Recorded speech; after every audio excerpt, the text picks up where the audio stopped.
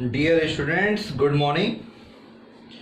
Students, today we discuss with the new chapter, that is banking, commercial banks and the central bank in macroeconomics.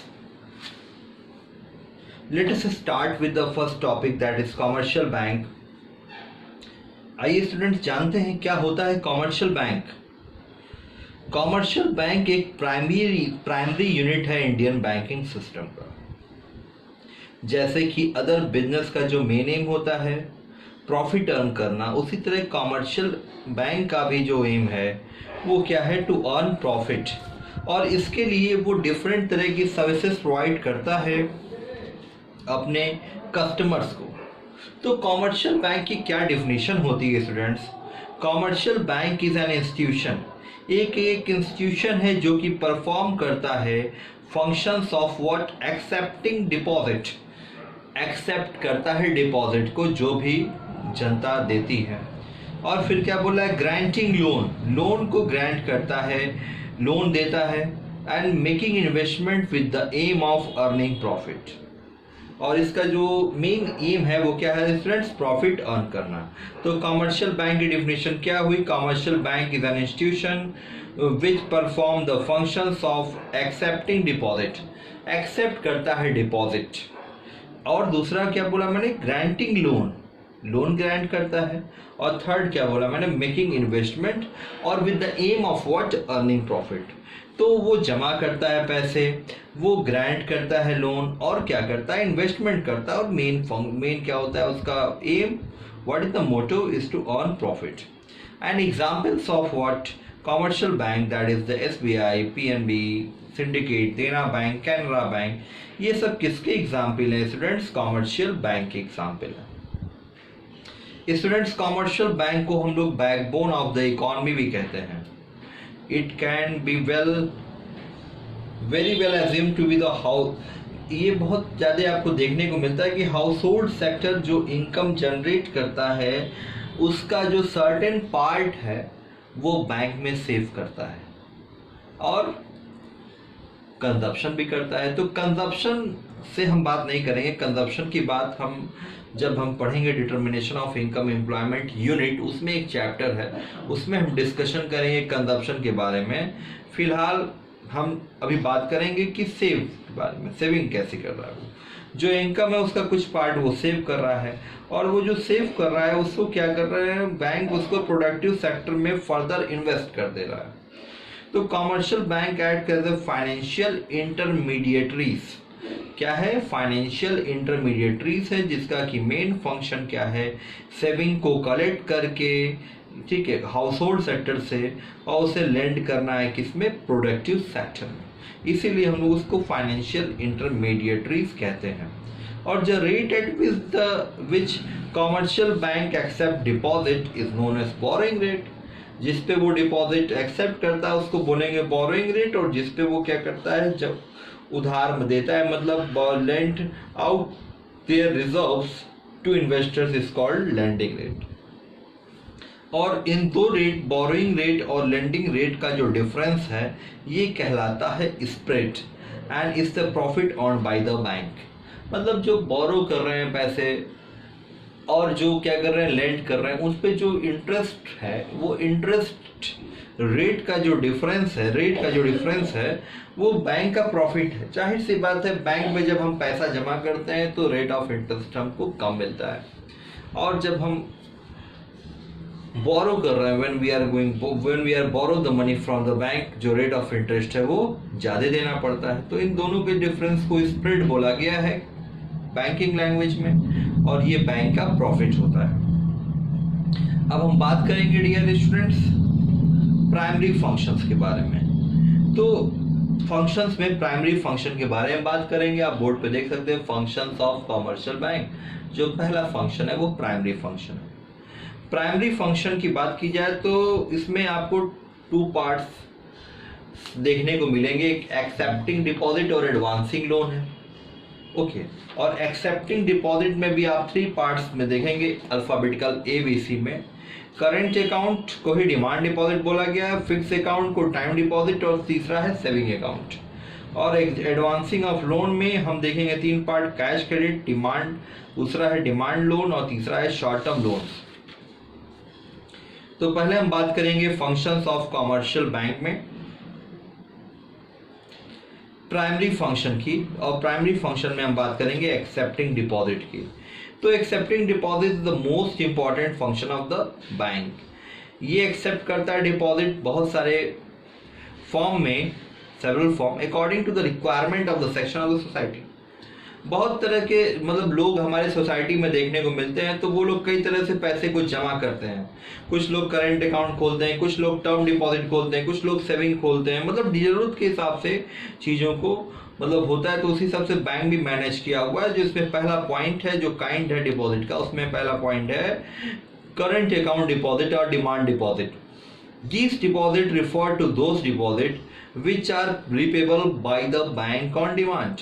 क्या बोल रहा है, ये एक ऐसा डिपॉजिट, जो डिपॉजिट है ये ऐसे डिपॉजिट से मतलब रखता है which are repayable on the by the bank on demand, जो कि रिपेबल होता है बैंक द्वारा डिमांड पे। तो यहाँ पे आप देखेंगे such deposit are generally maintain by the businessman, मतलब जो करंट अकाउंट होता है वो जनरली मेंटेन कौन करता है, बिजनेसमैन। और इनका जो मेन उद्देश्य क्या होता है, इंटेंशन होता है ये ट्रांजैक्शंस को मतलब अच्छे से कर सकें इस डिपॉजिट के थ्रू। भाई इनको बल्क में गुड्स को परचेज करना होता है, ठीक है। अगर ये बिजनेसमैन है तो सेल करेंगे, तो इनको ह्यूज रिक्वायरमेंट, अच्छे पैसे की रिक्वायरमेंट होती है। तो करंट अकाउंट क्या करता है, इनको चेक ड्रॉ करने की फैसिलिटी देता है, किसी भी मतलब कोई रिस्ट्रिक्शन नहीं, कितने टाइम भी आप करो। बैंक डू नॉट पे any interest on this account, bank इनको फैसिलिटी दिया है इसीलिए इनको इंटरेस्ट नहीं देता है। आप कितनी मरतबा भी आप क्या करो, बैंक से पैसा निकालो, जमा करो, तो ये सब एक सुविधा है ना, इसलिए कि आपको सेविंग अकाउंट में नहीं देखने को मिलती है।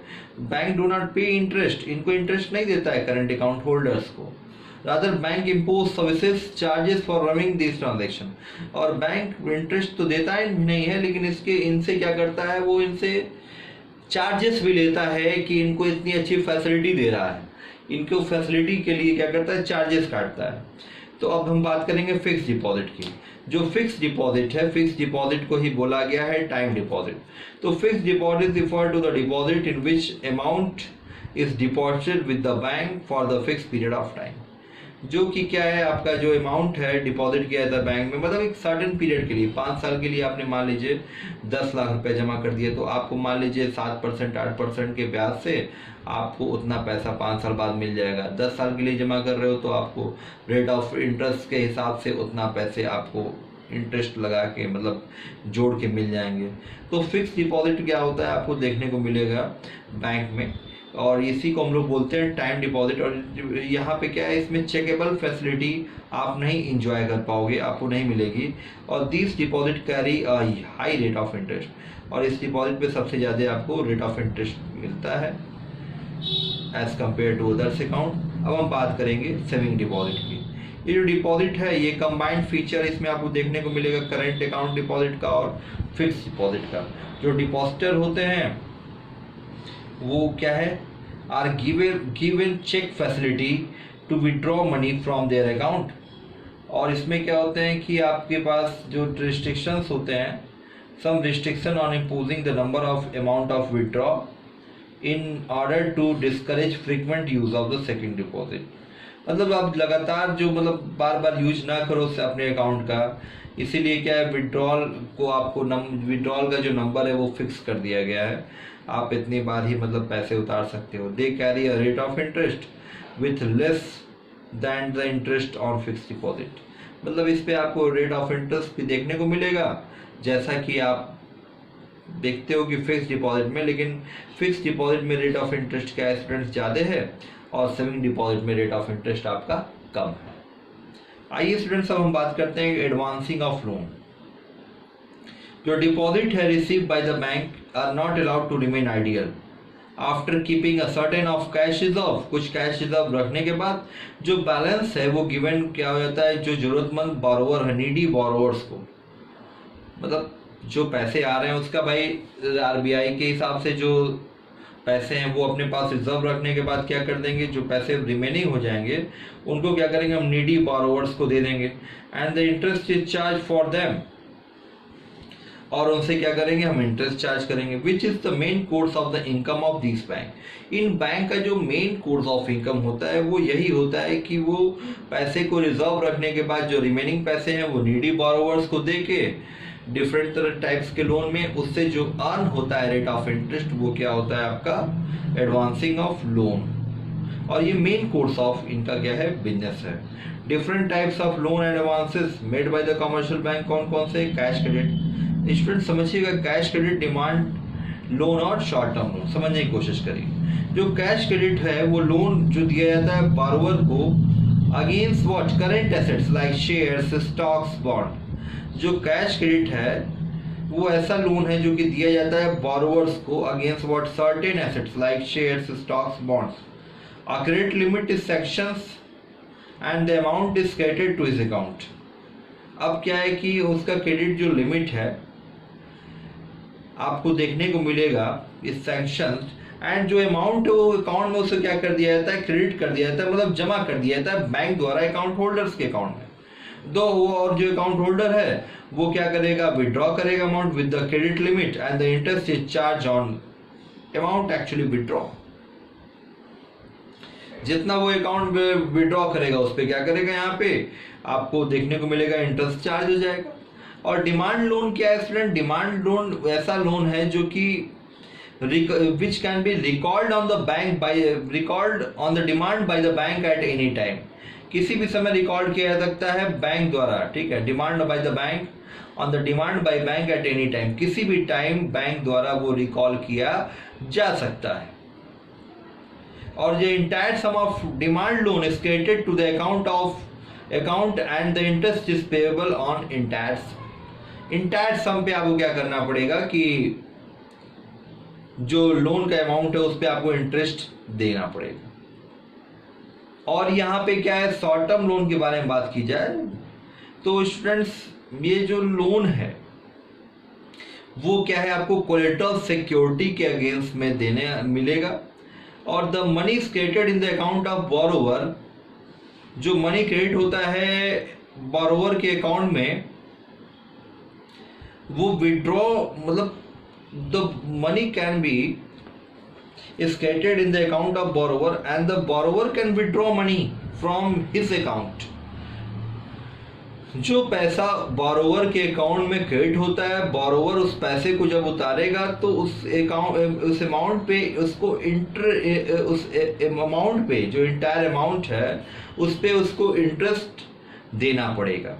तो मतलब ये अगेंस्ट कोलेटरल सिक्योरिटी होता है short term. Okay, I hope students ये जो कमर्शियल बैंक का जो मैंने आपको बताया है ये आपको क्लियर हो गया होगा।